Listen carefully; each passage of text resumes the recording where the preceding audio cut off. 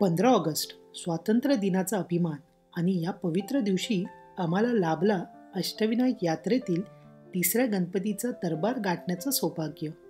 आणि आम्ही निघालो होतो एका वेगळ्या आध्यात्मिक प्रवासाला, अष्टविनायक यात्रेतील तिसऱ्या गणपतीच्या दर्शनाला. सो मित्रांनो नमस्कार, स्वागत आहे तुमचं आपल्या चॅनलच्या नवीन व्हिडिओमध्ये.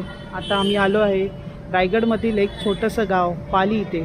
सो एक सुंदर गाव आहे आणि इथे आम्ही आलो आहे आमच्या तिसऱ्या गणपतीच्या दर्शनाला, बल्लाळेश्वर गणेश गणपतीच्या दर्शनाला आलेलो आहे. सो मित्रांनो आता सकाळी मस्तपैकी आपलं इंडिपेंडन्स डे वगैरे सगळं सेलिब्रेट झालं खूप छानमध्ये आणि आत्ता आम्ही आलो आहे इकडे. सो आमचं असं आधी चाललेलं की हा महिन्यात करायचा आहे गणपती, पण आपले गणपती येणार होते. सो त्या निमित्ताने म्हटलं की आता कसा टाईम भेटतो आहे, कोणताही एक वीकेंड पकडून आपण जायचं. लकीली आज आमचं अचानक प्लॅन झाला की आज आपण पालीला निघूया सकाळ सकाळ. बघितलं तर आम्ही जिथे राहतो म्हणजे पुण्यापासून हा 100 किलोमीटरवर आहे आणि मुंबईपासून तरी सुमारे 110-120-130 किलोमीटरवर आहे. सो मित्रांनो चला दर्शनाची तयारी करू, आपण निघू पुढे दर्शनाला.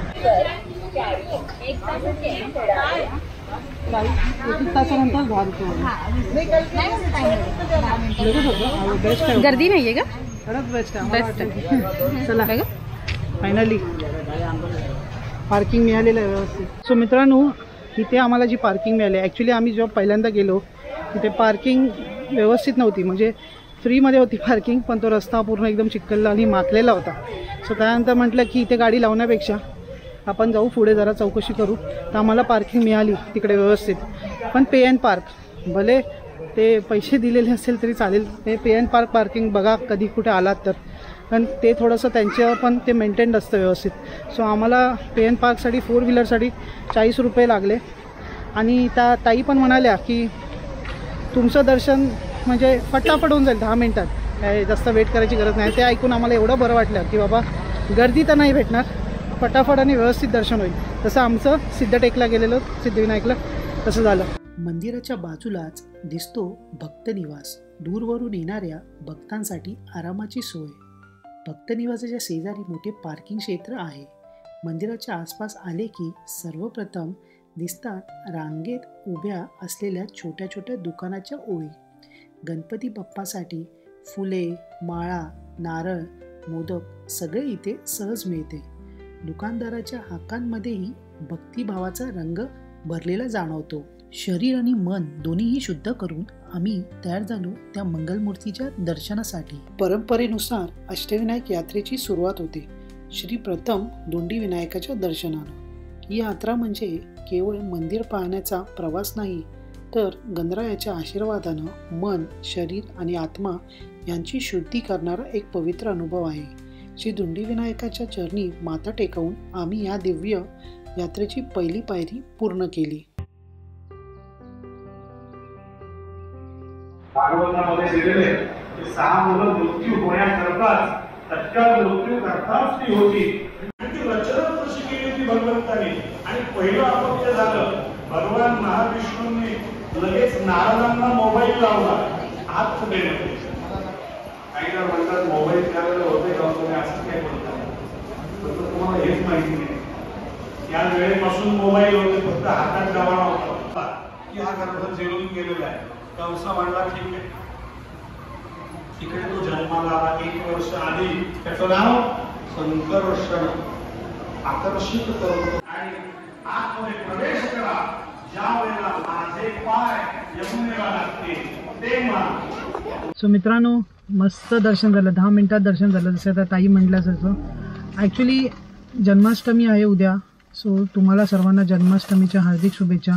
प्रवचनही मिळालं आम्हाला तिथे थोडं, तुम्ही बघितलं असेल व्हिडिओमध्ये. आणि खरंच खूप भारी वाटलं, खूप एकदम म्हणजे बोलतो ना, जे आलो आम्ही 3 तास प्रवास, 3.5-4 तास लागले बघायला गेलं तर.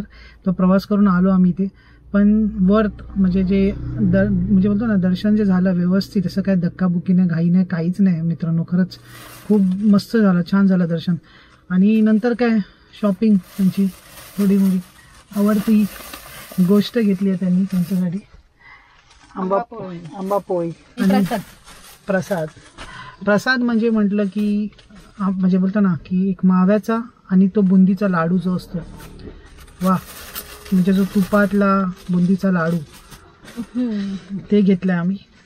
सो तिथे खरंच खूप छान दुकान आहेत, तुम्ही बघाल जर मंदिराच्या दिशेने तुम्ही जाल तेव्हा, आणि खरंच खूप अप्रतिम. आणि आम्ही ज्यांच्याकडून घेतलं त्या काकी पण खूप छान होत्या, खूप छान, याची तर ओळखच झाली. सो मित्रांनो, असंच आता या तुम्ही पालीच्या बल्लाळेश्वरला भेट द्या. पुन्हा एकदा भेटू आपण पुढच्या गणपतीला. आता पुढचा गणपती आमचा जो येतो आहे 4था अष्टविनायकचा 4था गणपती, महडचा गणपती. सो महडचा वर्धविनायकला आपण भेट देणार आहोत पुढच्या महिन्यात. सो मित्रांनो, नक्की हा व्हिडिओ बघा आणि हा व्हिडिओ लाईक, शेअर आणि सबस्क्राईब करायला विसरू नका. आज केले बस इतना ही. थँक्यू. असंच प्रेम देत राहा मित्रांनो. थँक्यू. आणि अजून एक गोष्ट मला म्हणायची आहे, जी महत्त्वाची गोष्ट आहे मित्रांनो, जर तुम्ही सबस्क्राईब केलं नसेल, कारण की जे मी ॲनालिटिक्समध्ये बघितलं, बरेच लोक व्हिडिओ बघतात पण सबस्क्राईब नाही केलं आहे मित्रांनो, तर नक्की जाऊन सबस्क्राईब करा मित्रांनो. बस एवढीशी एक गोष्ट छोटीशी करा आणि तुम्हाला लाईव्ह अपडेट्स आमचे भेटत राहतील. आणि माझं दुसरं चॅनल जे मी रिव्हील करतो, जे जॉयस्टिक जगलर नावाने आहे गेमिंगचं, खरंच ज्यांना गेमिंगचा इंटरेस्ट आहे, मी लाईव्ह स्ट्रीमिंग करायला लागले मध्ये. सो त्यालाही सबस्क्राईब करा आणि फॉलो करा. आज के लिए बस इतना ही. थँक्यू. Take care. गणपती बाप्पा मोरया. मंगलमूर्ती. जन्माष्टमीच्या हार्दिक शुभेच्छा. जय कन्हैया लाल की. चलो मिलते हैं.